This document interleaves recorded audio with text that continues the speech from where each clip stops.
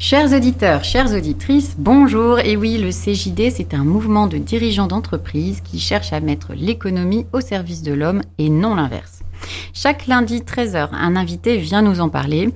C'est la dernière émission de l'année pour moi. Je m'appelle Virginie Decapelle et j'ai le plaisir de recevoir aujourd'hui, non pas un, mais deux invités de qualité. Ils sont tous les deux professeurs-chercheurs à MBS. MBS, c'est Montpellier Business School. Ils sont cool et ils ont catogan et ils vont nous expliquer comment ressortir plus fort après une crise ou un choc. Julien Granata, Denis Lescope, bonjour. Bonjour.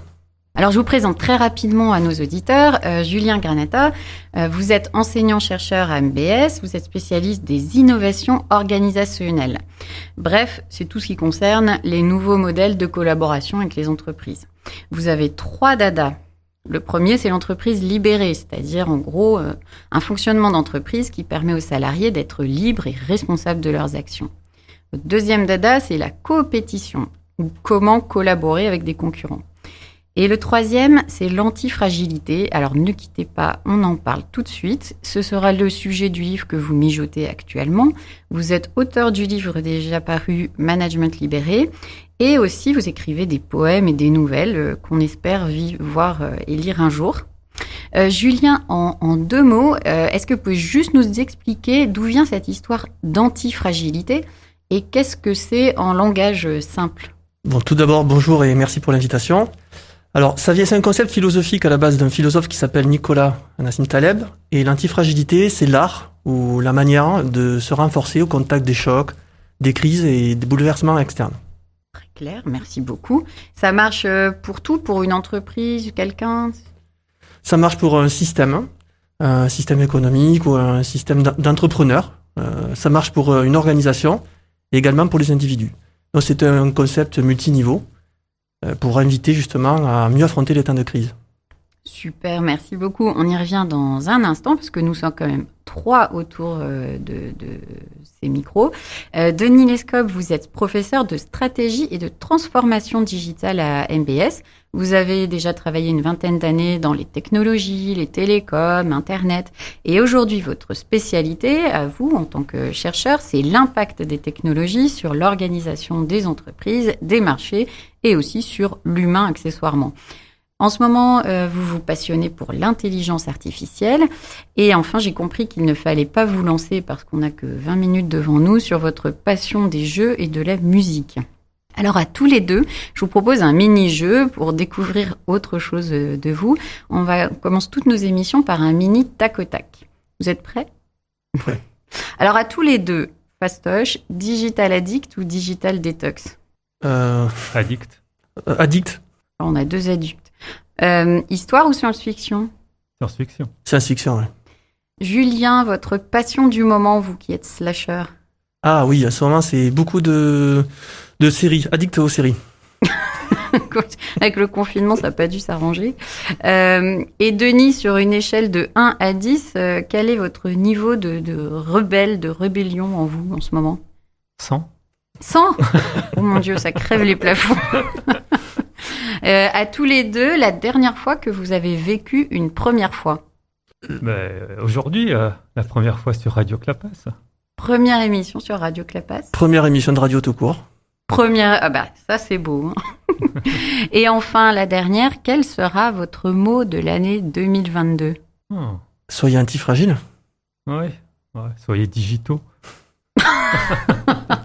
Vous n'êtes pas allé loin là. Non, c'est clair. Non, c'est pas trop foulé. Du coup, voilà, ressortir différent et plus fort après une crise, c'est quand même pas un concept tout nouveau, on va dire. Pourquoi ça ressort aujourd'hui ? Qu'est-ce qui change ? Qu'est-ce qui est nouveau ? Alors, la crise de la Covid et le confinement, finalement, ça nous a offert un véritable terrain de jeu pour identifier des entreprises et des formes antifragiles qu'on appréhendait, mais de point de vue assez théorique. Pour vous donner juste un ordre d'idée, sur les études sur les crises récentes, ça donnait à peu près 14% d'entreprises qui performent ou se renforcent en temps de crise. Et là, on a quand même une crise tout à fait nouvelle, puisqu'en fait, elle a mené une situation de confinement qui n'était pas du tout appréhendée. On a vécu quelque chose de totalement nouveau. Et voilà pourquoi ça revient un peu à l'ordre du jour et pourquoi on s'intéresse, nous, particulièrement à comment on peut faire en tant qu'individu, une organisation qui, ne l'oublions pas, est une communauté d'individus, on peut faire pour se renforcer en temps de crise et pourquoi ça nous intéresse particulièrement. Parce que nous pensons, et nous, on n'est pas des génies, je pense que tout le monde pense, en prospective, que les crises vont croître en fréquence, en intensité, et elles vont être de toutes sortes dans les décennies à venir. Et alors, du coup, vous avez quand même proposé à Denis de faire cette émission avec vous. Denis, vous, votre sujet de prédilection, c'est tout ce qui est digital. Tout à fait. Du coup, quel est le lien entre l'antifragilité et le digital ? Le lien, comme le disait Julien, c'est qu'en fait, on a beaucoup appris grâce à la crise. Grâce à la crise, on a accéléré aussi la digitalisation. C'est-à-dire qu'on a pu mettre des gens à distance, les manager à distance. On a été obligé de le faire puisque le confinement invitait à ça. Que ce soit dans l'éducation, que ce soit dans toutes les entreprises liées aux services, on a vu ça. Et on a vu que c'était possible. Donc du coup, il y a ce lien qui s'est créé. Donc pour être antifragile, pendant cette crise, on a utilisé le digital puisque ça a permis de continuer les activités et ça a permis de développer. D'accord. En fait, tout ça m'a donné envie de relire la fable de La Fontaine, le chêne et le roseau. Je me dis, on a quand même des très grosses entreprises aujourd'hui très installées, multinationales, etc. On a aussi un univers, surtout spécialement sur notre territoire en Occitanie, plein de petites entreprises, de petites structures qui ont envie de faire bouger les choses. Et alors, je vous redis juste un petit extrait quand il y a le chêne qui dit au roseau, après une longue critique de ce qu'il était: « La nature envers vous me semble bien injuste. » Et le roseau répond: « Votre compassion, lui répondit l'arbuste, part d'un bon naturel, mais quittez ce souci. Les vents me sont moins qu'à vous redoutables. Je plie et ne romps pas. Vous avez jusqu'ici, contre leurs coups épouvantables, résisté sans courber le dos. Mais attendons la fin. » Qu'est-ce que ça vous inspire ? Le grand arbre inspire la robustesse. Et aussi dans l'imaginaire que l'on construit. Les grandes entreprises se veulent robustes. Le roseau, c'est plus l'antifragilité. Le roseau se pliera au vent, va peut-être même tirer profit du vent en s'orientant différemment. Et c'est aussi un petit roseau, peut-être un jour deviendra quelque chose de petit peu plus robuste. Ça m'inspire aussi le lien qu'il y a entre la robustesse et l'antifragilité. Il se trouverait peut-être, c'est ce que l'on essaie vraiment de découvrir et d'étudier, que certaines entreprises aujourd'hui qu'on va juger robustes sont d'anciennes entreprises antifragiles et que justement est-ce que dans cette robustesse elles ont pu avoir quelques phénomènes d'exploration qui restent un peu on va dire de l'ordre du roseau, de l'ordre de l'adaptabilité et de l'exploration. Oui, moi j'ajouterais que pour moi le symbole du chêne dans cette histoire, c'est la rigidité. Face à la flexibilité et donc à l'antifragilité. Et la rigidité, on la connaît dans les grandes entreprises parce qu'on doit être organisé avec une certaine manière, avec des routines particulières. Les choses doivent être faites d'une certaine façon pour justement faire que le système fonctionne bien. Là où les petites entreprises qui sont beaucoup plus, moins structurées quelquefois, moins organisées hiérarchiquement, les routines sont moins faites et ça permet d'être plus souple, de s'adapter plus facilement et plus rapidement. Même si je pense que quand même pour cette histoire de Covid, finalement, je suis pas sûr qu'il y ait autant eu de grandes différences entre petites et grosses entreprises, parce que les grosses ont bien réagi aussi, elles ont été obligées. Si on regarde un peu, même des grosses entreprises comme Carrefour ont réagi, ou d'autres entreprises comme ça, et elles se sont adaptées également, et assez rapidement. Donc peut-être que là, ça s'appliquait pas à La Fontaine finalement. Et est-ce qu'on peut vivre avec que des roseaux ou que des chênes finalement ? Qu'est-ce qu'on cherche à faire finalement ? Je pense que justement, si on est encore sur de l'analogie, lorsqu'on devient robuste, qu'on devient un grand chêne, l'idée c'est d'essaimer. L'idée c'est que nos fruits portent de jeunes pousses. Et finalement, c'est dans cet essaimage qu'on peut retrouver dans des grands groupes, des essaimages dans des business units ou dans des nouveaux projets, des nouveaux développements, de garder à l'état d'esprit que même si la robustesse, on en a besoin lorsqu'on a grossi, qu'on devient une grande entreprise, il faut que l'on garde si vous voulez, le génie et l'adaptabilité du roseau. Et comme on n'est plus un roseau, finalement, peut-être que nos fruits vont donner des graines et on va avoir autour de nous des petits roseaux qui vont continuer à nous nourrir. Ce serait l'intrapreneuriat ? Oui, ça peut se rapprocher. En tout cas, l'état d'esprit intrapreneurial. L'état d'esprit de l'entrepreneur, c'est l'état d'esprit de l'antifragilité, qu'on soit dans une petite ou dans une grande entreprise. Et alors du coup, quelles sont les caractéristiques aujourd'hui d'une entreprise, d'une organisation et des personnes qui la composent antifragiles ? Je dirais au moins deux. La première, c'est l'innovation, cette capacité à innover, mais à innover dans tous les sens. J'entends pas forcément des innovations de rupture, comme on dit, c'est-à-dire des choses qui changent complètement, mais des petites innovations. On a quelque chose devant nous, devant le studio, là, de ce plexiglas. Ça a été amené très très vite pendant la crise. Ça a commencé dans, je ne me rappelle plus quel magasin, mais petit à petit, ça s'est développé dans des petites innovations comme ça.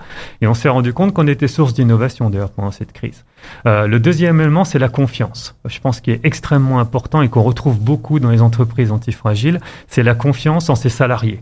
Les salariés ont été embauchés parce qu'ils ont une connaissance, une compétence, qu'ils savent faire quelque chose de particulier. Donc, en fait, on leur fait confiance au quotidien pour prendre des décisions, pour faire des choses nouvelles, pour se réorganiser éventuellement. Je pense que c'est les deux gros traits de caractère. Alors, si on est au niveau organisationnel, on peut aussi rajouter créer du sens commun, faire communauté. Parce que quand l'environnement est compliqué, complexe et turbulent, lorsque les valeurs communes elles sont effritées, en tout cas on s'y retrouve pas forcément, finalement l'organisation devient un lieu où on peut refaire sens commun. Et si on fait sens commun, on est en perspective positive, on a moins peur de l'avenir, de l'environnement, on ne sait même plus qu'on en a peur, c'est que ça devient ça nous offre plein de possibilités. L'environnement est source de potentialités. Et je pense que c'est le fait de refaire sens et corps commun qui est important. Et je rajouterai une seconde caractéristique, évidemment, les entreprises antifragiles sont toutes agiles. Être agile ne veut pas dire être antifragile. En tout cas, en sens inverse, évidemment, que les antifragiles sont agiles. Et dans ce sens-là, on va retrouver nos fameuses organisations libérées, pourquoi pas d'autres dites opales.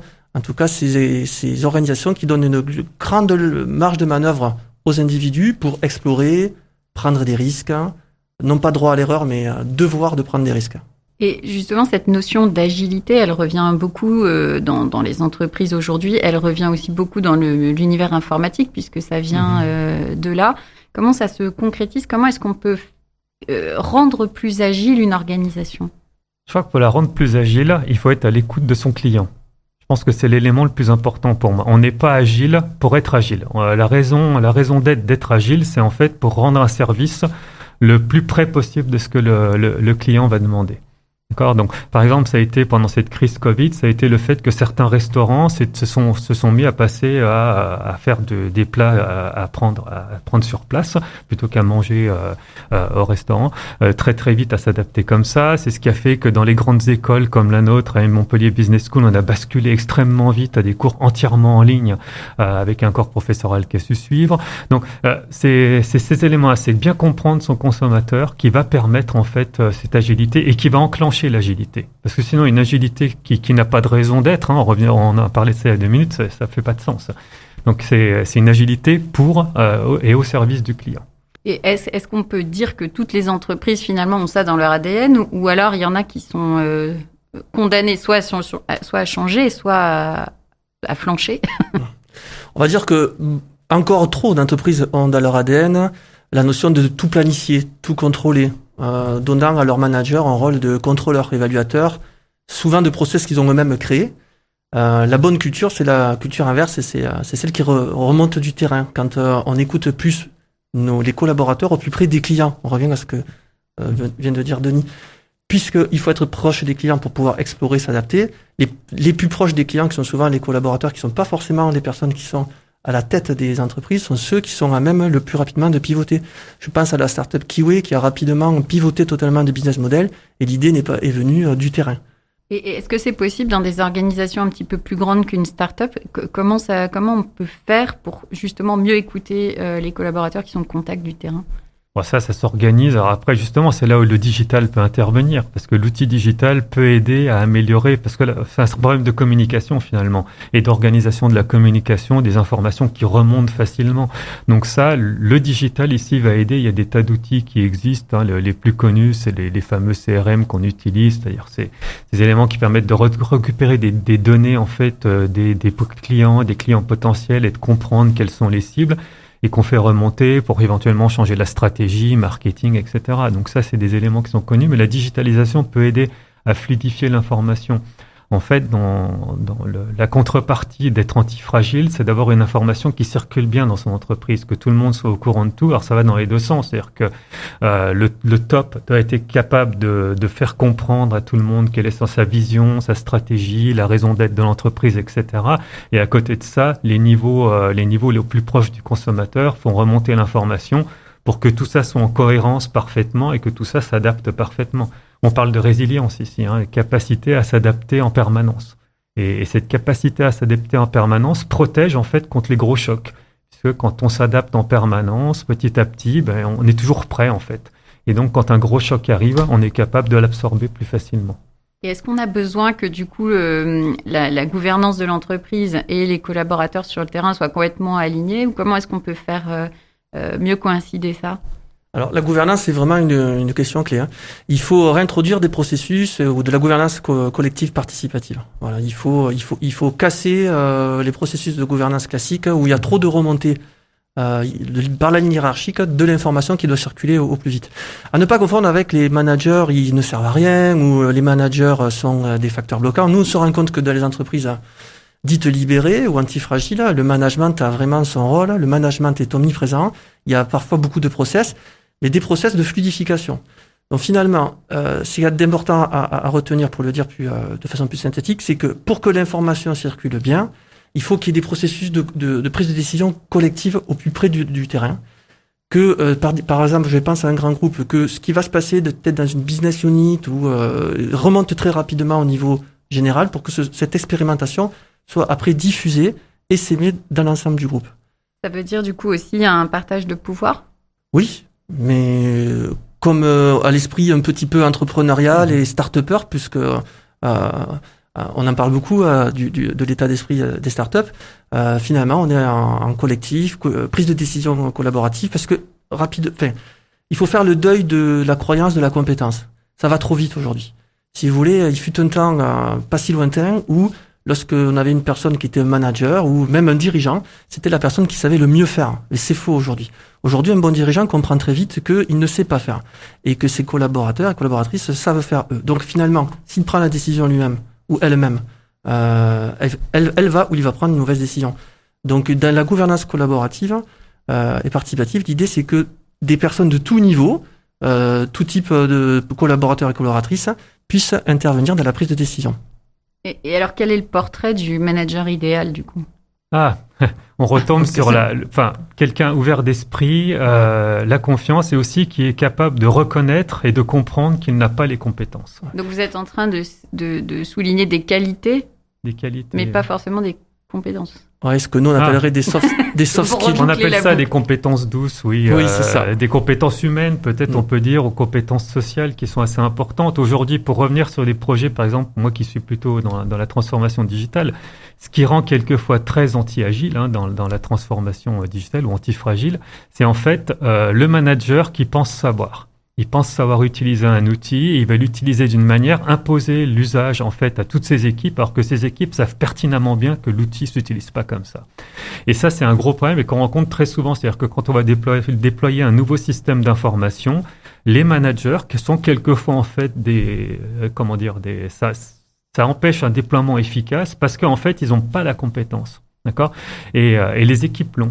Donc, c'est pour ça que je disais que pour moi, un manager idéal, ça va être celui qui comprend ça. Donc, il devient orchestrateur, il devient chef d'orchestre. Un chef d'orchestre, ça ne sait pas forcément jouer de tous les instruments, mais ça sait les faire jouer ensemble, en harmonie. Donc, moi, je verrais le manager comme ça maintenant. C'est un orchestrateur. Donc, il y a une forme de lâcher prise, en fait, sur le rendu, sur le contrôle et sur ce que les collaborateurs vont eux-mêmes générer comme production. Tout à fait, ouais. Je crois que tout entrepreneur qui se lance dans le digital fait rapidement l'expérience du lâcher prise parce que rapidement on se rend compte qu'on ne peut pas suivre ce qui se passe, c'est trop compliqué. On a des collaborateurs et collaboratrices qui sont beaucoup plus compétents que nous. Donc là, on revient sur des compétences en émotion, en lâcher prise, donc lâcher l'ego de croire qu'on peut toujours guider. Et on en revient un peu à ce qu'on a dit au début, c'est capacité à faire sens, projet commun. Et c'est ça, et ça génère la confiance. Une fois qu'on est entouré de personnes en qui on a confiance, on va tous au même endroit, on sait où on va dans le sens du projet commun, finalement, on n'a plus besoin de prendre la décision. Et alors, quand vous parlez de projets communs, dans les entreprises, on continue beaucoup de planifier, de faire des business plans, de faire des prévisions, des feuilles de route à 3 ans. Quel sens ça a aujourd'hui, en considérant qu'on est dans un espèce de changement permanent? Alors tout d'abord, c'est les caractéristiques de fragilité, c'est trop planifier, trop prévoir, parce que dans un monde où tout est imprévisible, trop prévoir, c'est s'enfermer dans des plans. Et lorsqu'on s'enferme dans des plans, on ne va pas pivoter, on va trouver des bonnes raisons de continuer à s'enfermer, et c'est vraiment, c'est une caractéristique de la fragilité. Lorsqu'on est un grand groupe coté en bourse, par exemple, où on est quand même tout de même, on doit rendre des comptes, là, on est dans des sortes de planification, et toute entreprise planifie au moins ses budgets. Les plans ne sont pas dangereux à condition qu'on soit capable de rapidement les abandonner. Voilà. Donc ils peuvent aider à définir un cap, mais ils ne doivent pas être le chemin tout tracé. En fait. Exactement. C'est vraiment un cap et il faut s'autoriser à vite changer de cap. Et l'incertitude fait peur. Hein. On planifie par peur de l'incertitude. Quand on planifie, c'est pour créer des certitudes, en fait. On veut créer, en fait, une zone où on sait ça va se passer comme ça va être bien. Et donc, ça nous rigidifie. Et ça nous empêche, en fait, de pouvoir nous adapter quand quelque chose d'extérieur qui vient vraiment, en fait, comme le Covid, mais comme il y a eu d'autres crises auparavant, quand il y a des grosses crises comme ça qui arrivent, on a du mal à réagir parce que, justement, on s'est rigidifié dans nos certitudes. Donc, c'est ça l'antifragilité, ça apprend, en fait, et c'est un état d'esprit qui permet, en fait, de vivre avec l'incertitude et de faire de l'incertitude plutôt un élément positif qu'un élément négatif. C'est ça l'élément important. C'est très intéressant. Merci beaucoup, Julien Granata, Denis Lescope. Donc, je rappelle, vous êtes professeurs, chercheurs tous les deux à Montpellier Business School, MBS. Donc, vous travaillez sur vos recherches autour des organisations, mais aussi beaucoup avec des étudiants. Comment est-ce que vous les préparez à un monde du travail en mouvement permanent? Bonne question. Ouais, moi je pense qu'on les. Alors, c'est une vision, une vision qui peut être troublante pour les anciennes générations de ce qu'est un diplôme. Moi je pense qu'avec un diplôme aujourd'hui, on prépare les gens à continuer à se former plus tard. La formation, le diplôme permet juste de valider un certain niveau, mais il permet aussi de comprendre qu'en fait, on va avoir besoin continuellement de continuer à apprendre, de continuer à se développer, à avoir de nouvelles compétences, de nouvelles connaissances tout au long de la vie. Ça s'arrêtera pas. Il y a qu'à voir l'environnement. Alors, je reviens sur le digital, parce que moi, c'est mon dada, mais c'est vrai que le digital, on peut pas se reposer sur les connaissances qu'on avait il y a 10 ans. Tout ça, c'est fini, hein. Là, ça fait rire tout le monde, hein. mais c'est vrai. Donc, on apprend en permanence. Mais il n'y a pas que ça. Les techniques de management ont évolué, la manière de voir la stratégie, la manière de voir même le client, en fait, a changé. Aujourd'hui, avec toutes les données qu'on a sur le client, tout ce qu'on peut faire avec, tout ça, ça change. Donc, ça fait qu'on continue à évoluer, on continue à apprendre. Donc pour moi, c'est ça qu'on essaye de leur apprendre, c'est-à-dire ouverture d'esprit et la capacité à s'auto-évaluer aussi, pour bien comprendre quand est-ce qu'on a besoin en fait d'acquérir de nouvelles compétences. Pour rajouter quelque chose, même si vous avez quasiment tout dit, on a longtemps formé des managers, des manageuses et des expertes. Aujourd'hui, on forme des leaders en fait. C'est quoi des leaders? C'est des personnes qui vont s'adapter au futur et s'adapter à l'environnement. Les grands leaders de ce monde sont quasi tout le temps des polymathes. Polymath, c'est l'art d'exceller dans différentes disciplines comme rien à voir les unes avec les autres. C'est intéressant. Quand on regarde les caractéristiques des nouvelles générations, on se rend compte que on appelle ça des slashers. Donc ils ont tendance à passer d'une chose à l'autre, à développer des choses hors de leur profession et à donner beaucoup de sens à ce qu'ils font. Ça donne une perspective d'échapper au contrôle souvent des entreprises qui vont appréhender ça, comprendre cela comme de l'éparpillement, c'est une erreur. Les slashers et les slasheuses qui font des choses très différentes, ce sont les personnes qui seront plus propices à s'adapter au futur, à des choses qu'on ne peut pas anticiper aujourd'hui. Donc finalement, je suis tout à fait d'accord avec l'idée qu'un diplôme prépare certainement à des compétences, mais surtout à les modifier et à les faire évoluer très rapidement, à s'adapter à des choses qu'on ne peut plus prédire. Et qu'est-ce que nos étudiants d'aujourd'hui, qui seront encore pas ceux de demain, qu'est-ce qu'ils nous enseignent en entreprise? Je pense qu'ils amènent de nouvelles tendances, un meilleur équilibre entre la vie professionnelle et la vie personnelle. Et on revient à des choses, la culture du résultat, je pense bizarrement, c'est-à-dire que c'est une génération qui n'a pas tellement envie d'être managée, par exemple les millénials, pas tellement envie d'être managés, mais ils sont prêts à ce qu'on leur dise voilà l'objectif, c'est à remplir, il faut tant de temps pour le faire, et ils réagissent beaucoup à ça. Ils ont besoin, et moi c'est ce que j'apprécie beaucoup dans cette génération, que ce qu'ils font fasse sens. C'est-à-dire que ils font quelque chose qui doit faire sens. Si ça fait pas sens, voilà, si ça fait pas sens pour eux de faire 9h 18h au bureau, ils vont pas comprendre et ça va pas fonctionner. Il faut que ça fasse sens pour eux de venir, il faut que ça fasse sens de faire les choses. Je pense que c'est ça qu'il faut comprendre de cette génération. Et elle ramène des choses qu'on avait vues quand même, voilà, dans les fins des années 60, début des années 70. On retrouve certaines choses qui ont été gommées après, dans les années 70, avec toute cette standardisation, tous ces éléments qui est arrivé là. On retrouve ça aujourd'hui. Ça revient. Donc, cette idée que on travaille et ça doit faire sens. Donc, on est dans presque un retour vers l'essentiel, enfin un retour à l'essentiel. Totalement. D'ailleurs, les premières conceptualisations du leadership disaient les individus doivent être libres, ils sont tous responsables et autonomes. Et ça nous ramène à quoi ? Ça nous ramène que pour les guider, il faut faire appel surtout à ses émotions.